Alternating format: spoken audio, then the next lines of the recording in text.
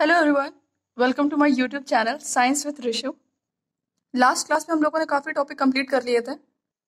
Nutrition in plant, nutrition in animals, heat, acid and bases, neutralization, physical changes.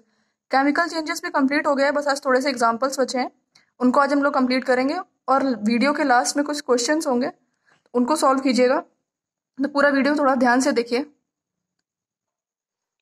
सबसे पहले आते हैं हम लोग burning of candle. Burning of candle क्या होता है? बात हो रही है केमिकल चेंजेस की, लेकिन ये एक ऐसा प्रोसेस होता है जिसमें दोनों होता है, फिजिकल चेंजेस भी होता है और केमिकल चेंजेस दोनों होता है।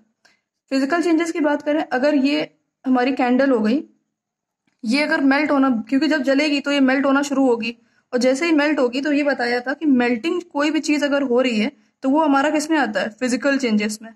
लेकिन अब क्या हो रहा है? ये जल भी रही है। बर्निंग की बात करें, जो कीवर्ड बताया था फिजिकल चेंजेस का, वो मेल्टिंग बताया था। लेकिन अगर केमिकल चेंजेस की बात कर रहे हैं तो इसका कीवर्ड जो था वो हमारा बर्निंग था।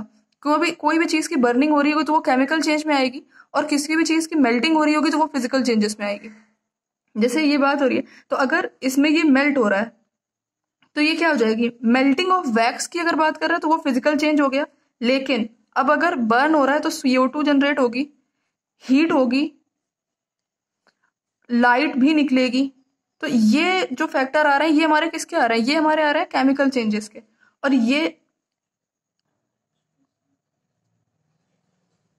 अगर मेल्टिंग ऑफ वैक्स है तो वो क्या हो गई? Physical change. लेकिन अगर ये बर्निंग हो रही है तो वो हमारी हो गई केमिकल चेंज। ठीक है, तो अब हम लोग इसमें ये चीज बोल सकते हैं कि बर्निंग ऑफ जो कैंडल है वो दोनों होता है, फिजिकल चेंज भी और केमिकल चेंज भी। ये क्वेश्चन पूछा हुआ है एक बार कि बर्निंग ऑफ कैंडल क्या, तो उसमें ऑप्शन में फिजिकल चेंज भी था, केमिकल चेंज भी था और बोथ भी था। तो उसमें ये ध्यान रखना है कि बोथ होगा वो ऑप्शन। नेक्स्ट आते हैं हम लोग कुकिंग ऑफ फूड पे।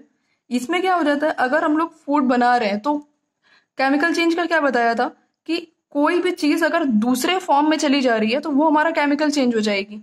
तो इसमें क्या है, जब हम लोग वेजिटेबल्स लाते हैं तो वेजिटेबल्स का अब कच्ची हुई हो तो जब उनको मिलाया, उसके बाद पूरा इंग्रेडिएंट्स मिलाने के बाद जब खाना बनेगा तो वो पक के वो दूसरा आएगा ना, कच्ची तो नहीं रह जाएगी, तो वो अपने दूसरे फॉर्म में आ जाएगी। तो कुकिंग ऑफ द फूड क्या हो गया? केमिकल चेंज हो गया।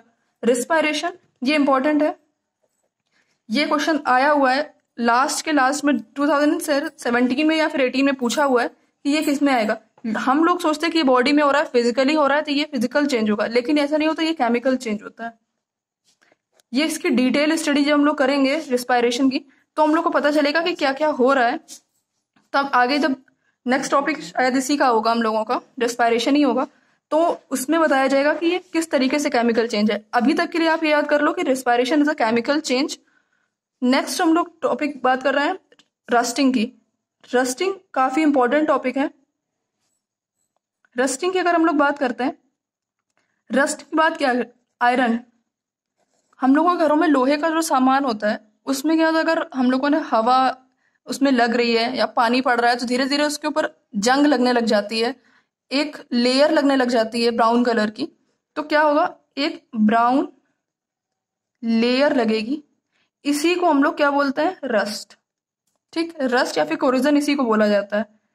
इसके फैक्टर क्या होगा? जैसे वो खुले में रख दी, अब अंदर रखी हुई है तो फिर उसमें जंग नहीं लगेगी, लेकिन अगर उसमें पानी पड़ रहा है, हवा लग रही है, मॉइस्चर लग रहा है, तो उसमें एक लेयर लगने लग जाएगी जिसको हम लोग रस्टिंग बोलते हैं।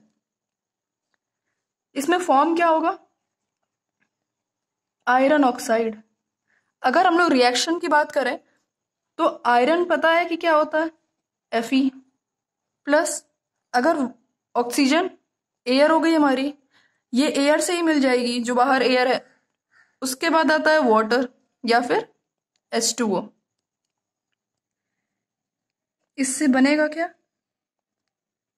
ये, इसी को हम लोग बोलते हैं आयरन ऑक्साइड। ये एक बार क्वेश्चन ये आया था कि जो रस्टिंग होती है उसका फॉर्मूला क्या आता है, सिर्फ इतना पूछा गया था पेपर में। तो ये जो हो जाएगा, ये इंपॉर्टेंट हो जाती है चीज यहाँ पर कि आयरन ऑक्साइड जो लास्ट फॉर्मेशन क्या होता है, आयरन ऑक्साइड, इसका फॉर्मूला पूछा था। ठीक है, ये आपका कंप्लीट हुआ यहाँ से, इस चीज को याद रखिएगा। फिर हम लोग देखते हैं ये रिएक्शन जो हो रही है, ये हम लोग को पता है ना कि rusting is a chemical change, लेकिन ये किस टाइप की रिएक्शन होती है, या फिर ये रिडॉक्स रिएक्शन होगी। या तो ऑक्सीडेशन होगी या तो रिडक्शन रिएक्शन होगी, लेकिन ये क्या होती है, ये हमारी होती है रिडॉक्स रिएक्शन। एक एक पॉइंट से इसके क्वेश्चन आया हुआ है, एक एक पॉइंट से। ये भी पूछा है कि क्या क्या फैक्टर इसको अफेक्ट करते हैं, वाटर और एयर किसकी प्रेजेंस में हो रही है, एयर की प्रेजेंस में। उसके बाद क्या बन के आ रहा है, फाइनल प्रोडक्ट क्या आ रहा है, आयरन ऑक्साइड आ रहा है।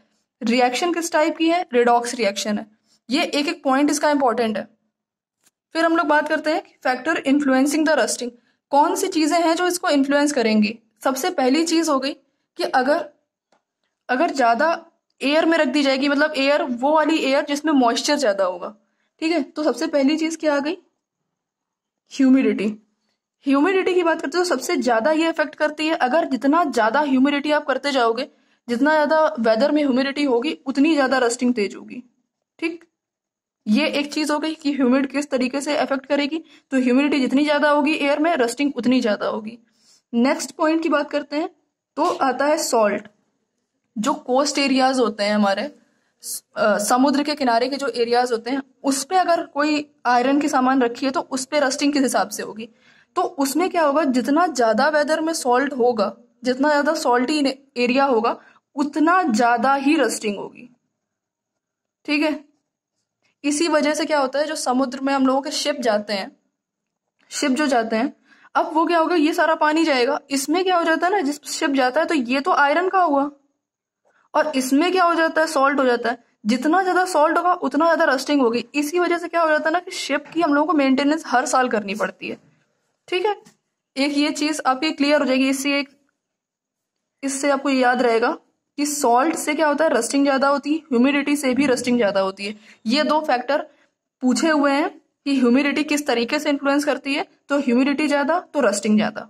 ठीक है, अब अगर हम लोग एक बात करें कि अगर रस्टिंग हो रही है लेकिन हम लोग उसको बचा किस तरीके से सकते हैं, तो हम लोग क्या करेंगे, या तो किसी चीज की लेयर लगा दी जाएगी, या तो उस सामान को आप अंदर लेके रख दो। तो अब शिप है, वो अगर अंदर तो रखा नहीं जा सकता ना, उसको तो लेके जाया जाएगा ना बाहर। तो अब क्या होगा, हम लोग उसको प्रोटेक्ट करने के लिए क्या कर सकते हैं, या तो उसको प्रिवेंट कर दो,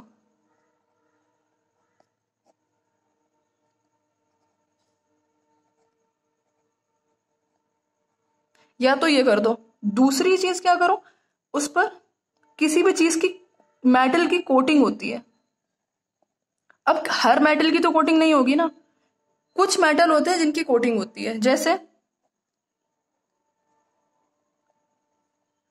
क्रोमियम हो गया।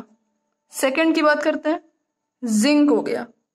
इन दोनों की जो कोटिंग होती है, अगर ये दोनों कर दी जाए उस पर कोटिंग, फिर आपकी जंग जल्दी नहीं लगती है।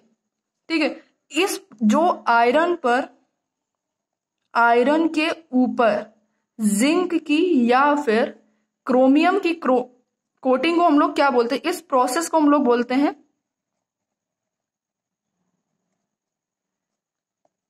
गैल्वेनाइजेशन, या फिर गैल्वेनीकरण शायद बोलते हैं, इसी को हम लोग बोलते हैं गैल्वेनाइजेशन। ठीक है, ये पूछा गया था एक बार, ये क्वेश्चन आया है। अभी मैं सारे क्वेश्चन जब कंबाइन करके एक वीडियो लाऊंगी ना, उसमें तो सारे क्वेश्चंस होंगे, लेकिन अभी के लिए आप ये जानो, क्योंकि थ्योरी में ये इंपॉर्टेंट है, तभी आप क्वेश्चन कर पाओगे। गैल्वेनाइजेशन होता क्या है, जब हम लोग आयरन के ऊपर जिंक की या फिर क्रोमियम की लेयर चढ़ाते हैं, तो उसी के प्रोसेस को हम लोग गैल्वेनाइजेशन बोलते हैं। इससे क्या होता है, ये रस्टिंग बचाने के लिए होता है, प्रिवेंट करने के लिए हम लोग इसको यूज करते हैं। हर एक रस्टिंग पर हर बार क्वेश्चन कुछ ना कुछ बनता है। सारे पॉइंट इसमें कवर हो गए हैं, इससे बाहर कुछ नहीं पूछा जाएगा रस्टिंग में। हम लोगों का केमिकल चेंज यहाँ से पूरा कंप्लीट हो रहा है, फिजिकल एंड केमिकल चेंज ये टॉपिक कंप्लीट हो चुका है। हम लोग कुछ क्वेश्चंस कर लेते हैं ताकि आपको पता चले कि आपने कितना सीखा है इस वीडियो में। फर्स्ट क्वेश्चन की बात करते हैं, मेल्टिंग ऑफ वैक्स इज। अगर आपने कीवर्ड पढ़े हैं, इससे पहले फिजिकल चेंज का वीडियो आ चुका है, केमिकल चेंज का वीडियो आ चुका है, इसमें कुछ क्वेश्चंस कराया जा रहा है। आप अगर नहीं जानते हैं इनमें, तो आप उन दोनों वीडियोस को देख लीजिएगा, कंप्लीट थ्योरी दी गई है उसमें। इसमें यह है मेल्टिंग ऑफ वैक्स क्या है। अगर ये बात करें फिजिकल चेंज है या फिर केमिकल चेंज, कीवर्ड को अगर हम लोग पकड़े तो मेल्टिंग आ रहा है इसमें। मेल्टिंग क्या होता है, हमारा किसी भी चीज का पिघलना, उसका शेप साइज में उसका चेंजमेंट होना, परिवर्तन होना, ये हमारा किसमें आता है, फिजिकल चेंज में। Moving to the next question, respiration क्या है। Respiration is a physical change और अ केमिकल चेंज। अभी थोड़ी देर पहले बताया कि रिस्पायरेशन क्या होता है। लोग कंफ्यूज होते हैं फिजिकल चेंज में, लेकिन ये होता क्या है? Chemical change. ठीक है, थर्ड क्वेश्चन पे आते हैं। Condensation of steam is, condensation का मतलब क्या होता है? कंडेंसेशन का मतलब क्या होता है कि पानी जब गर्म किया तो वो स्टीम बना, वो हमारा प्रोसेस हो गया इवापोरेशन। स्टीम को जब हम लोग हवा है मतलब गैस को अगर हम लोग वापस लेकर आ रहे हैं तो उसको हम लोग कंडेंसेशन बोलेंगे। तो कंडेंसेशन ऑफ द स्टीम क्या हो गया? हम लोग इसमें चेंज क्या कर रहे हैं? उसका सिर्फ एक स्टेट ही तो चेंज हो रहा है ना, ये है तो पानी लेकिन बस स्टेट ही तो चेंज हो रहा है, तो ये कौन सा हो जाएगा? ये सारा पढ़ाया हुआ है, सारी चीजें बहुत ही डिटेल में सारी चीजें पढ़ाई हुई हैं, मैं डिस्क्रिप्शन में लिंक दे दूंगी, आप देख लीजिएगा उसको। Question number fourth, rusting causes the weight of iron. ये क्वेश्चन है जो कि आया हुआ है, दोनों में आया है ये दोनों में आया हुआ क्वेश्चन। रस्टिंग क्या होता है? वेट ऑफ द आयरन को क्या करता है? अगर हम लोग अपना दिमाग लगाएंगे तो यही सोचेंगे क्योंकि रस्टिंग हो रही है तो कम हो जाएगा वेट, लेकिन इस तरीके से नहीं होता है। देखते हैं क्या होता है। इंक्रीज होता है, डिक्रीज होता है। ऑप्शन सी इज अनअफेक्टेड और option D is none. None तो कुछ भी नहीं होगा, या तो इंक्रीज होगा या तो डिक्रीज अनअफेक्टेड होगा। हम लोग अगर बात कर रहे हैं, हम लोग सोचेंगे कि डिक्रीज होता है लेकिन वो इंक्रीज होता है। इंपॉर्टेंट क्वेश्चन है, स्टार मार्क भी कर लीजिएगा, आता है क्वेश्चन ये पेपर में। ये क्वेश्चन थोड़ा ध्यान से देखिएगा, अगर आपने केमिकल चेंजेस पढ़ा है ना सही से तो आप पक्का बता दोगे इसे। When baking soda is mixed with vinegar bubbles are formed with the evolution of gas, name that gas. बात कर रहे हैं बेकिंग सोडा को हम लोगों ने मिलाया किसके साथ है? विनेगर के साथ। बबल जो है वो बाहर निकल कर आ रहे हैं, एक गैस भी इवॉल्व हो रही है, उस गैस का नाम बताना है। CO2 है, NO2 है, ऑक्सीजन है या फिर हाइड्रोजन है। एक थ्योरी बताई थी कि जब हम बेकिंग सोडा को हम लोग विनेगर के साथ मिला रहे थे तो एक हिसिंग साउंड के साथ, एक बार क्वेश्चन में एक बार ये पूछा गया है कि क्या किया था वहां पे, इन्होंने बबल्स हटा के यहाँ पर डाल दिया था कि हिसिंग साउंड के साथ आ रही थी, उस गैस का हम लोग को नाम बताना था।